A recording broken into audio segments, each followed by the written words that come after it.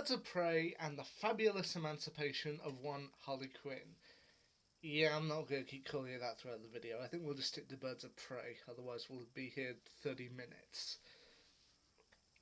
Seemingly following on from from the breakout at the end of Suicide Squad, Harley Quinn, played once again by Margot Robbie, has broken up with the Joker.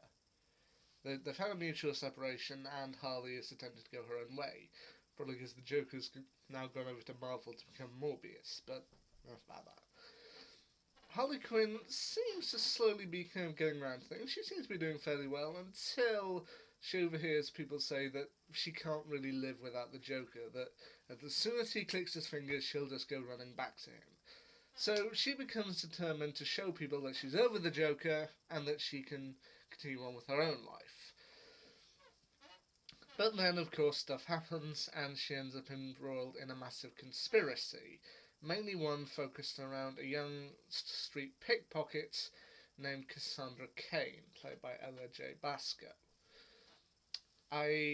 Cassandra has seemingly come into possession of and swallowed a very rare diamond, and a mob boss known as Roman Sionis, played by Ewan McGregor, wants the diamond back. Roman Sionis in the comics is also known as the vicious crime lord Black Mask, a seemingly rather obscure nemesis of Batman, but he's in there. So Harley has to do everything she can to seemingly protect Cain, but also help her along the way.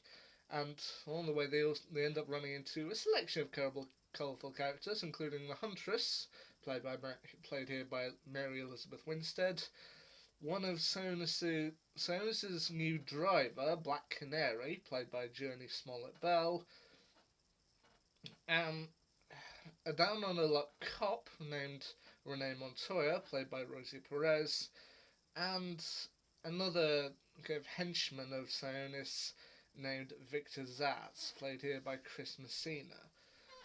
Now, I think overall, I was hesitant about this movie, in that I had felt that the DCEU was kind of finally starting to get a sense of a long-running narrative. I mean, they've had a few ups and downs along the way, but I felt they were starting to settle into their groove.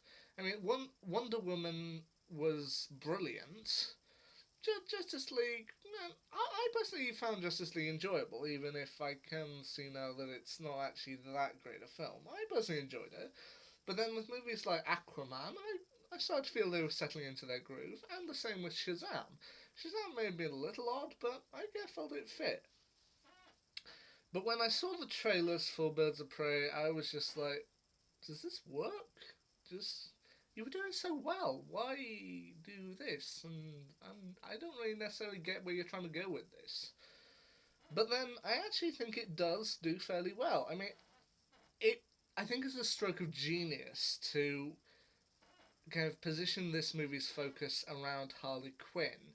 In that I feel if you'd done it with any of the other characters, the movie may have seemed kind of overly dark or overly dramatic. But by framing it from Harley's point of view, you managed to make it seem kind of mad but also fun. The neon aesthetic, which I thought looked a little odd in the trailers and a little out of place, actually works brilliantly here in kind of showing her distorted view of how things should be versus how they really are. It also does a great job introducing more characters from DC Comics into the world. For example, Renee Montoya, and two characters who I personally may be unfairly judging them by their Arrow counterparts, but I feel they should be mentioned here, those being Huntress and Black Canary, in that it may be a little cruel in a moment to compare Mary Elizabeth Winstead to Jessica DeGao, or to compare Journey Smollett-Bell to Kate Cassidy in terms of their characters, but I feel those should be mentioned. I mean, I feel especially with Black Canary's role, I may be judging them overly harshly in that Kate Cassidy played versions of Dan Lance throughout Arrow's 8 seasons, and since I'm judging Journey Smollett-Bell here for one role in one film, might be a little harsh to judge.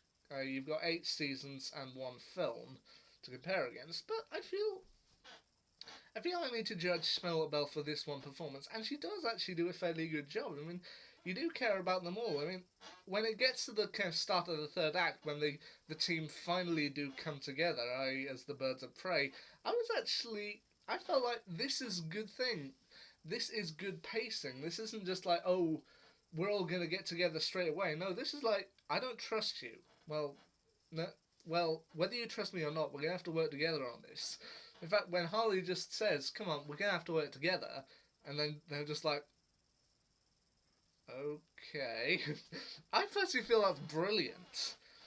I mean, some creating a selection of people who don't necessarily trust each other but have to come together out of necessity. That's a great mark. There's also Ewan McGregor as Black Mask, and aside from Margot Robbie, who once again I feel is just having a ton of fun as Harley Quinn, Ewan McGregor I think is for me is becoming one of those actors in that you don't see him as an actor. I You see him in whatever role he wants you to see him in. I mean, I know Ewan McGregor is already something of a geek icon, having played the young Obi-Wan Kenobi in the Star Wars prequel films, but I feel that throughout most of this film, I wasn't seeing Ewan McGregor. I could tell it was him kind of early on, but then slowly kind of Ewan McGregor kind of slipped away, and I was just seeing this character of Roman Sionis. This guy who could be kind of fairly smarmy, fairly cocky at some point, and then massively dangerous the next, kind of massively angry. I mean, I remember looking at one scene fairly on in the film where he's got kind of three people tied up and hanging from the ceiling, and he takes the tape off one of their mouths, and she's just like, oh, thank you, thank you, and they're just like, oh, actually, I've changed my mind, I want to kill her, and it's just, he works brilliantly in this film. The only character who I personally think could have maybe done with a little bit more work or a little bit more kind of explanation was uh, Chris Messina as Victor Zaz. Throughout most of this film, Harley kind of stops the film at random points and then says, "Oh, sorry, I forgot about that. We gotta go back a bit," and then reintroduces another character go throughout. But Chris Messina's Victor Zaz didn't actually get much of an explanation. I mean, I know from the comics he's like a serial killer who, for each one of his victims, he places a tally mark on his skin. He literally kind of grafts a cut into his skin. I feel they could have done a lot with Victor Zaz, but I don't know. I just kind of felt he was a little tacked on. I feel like they could have done some great, maybe even horrifying stuff with Victor Zaz, but he was just kind of there. I don't know, but that's just my thought. But Birds of Prey, overall, what do I think of the film? Overall, I think it's a good film. I think it's a fun film. It's not the best of the DCEU. That would probably go to Wonder Woman. But, you know what? I was worried about this film, but turns out I was mistaken. It's actually a pretty good film, and I advise you, check it out. It's a good one to check out for the DCEU. Anyway, the next one of the DCEU set to come along is Wonder Woman 1984, which is due to come on in think about 3 months, but when it gets here, I'll let you know. Anyway, Birds of Prey. Give it a shot. See ya.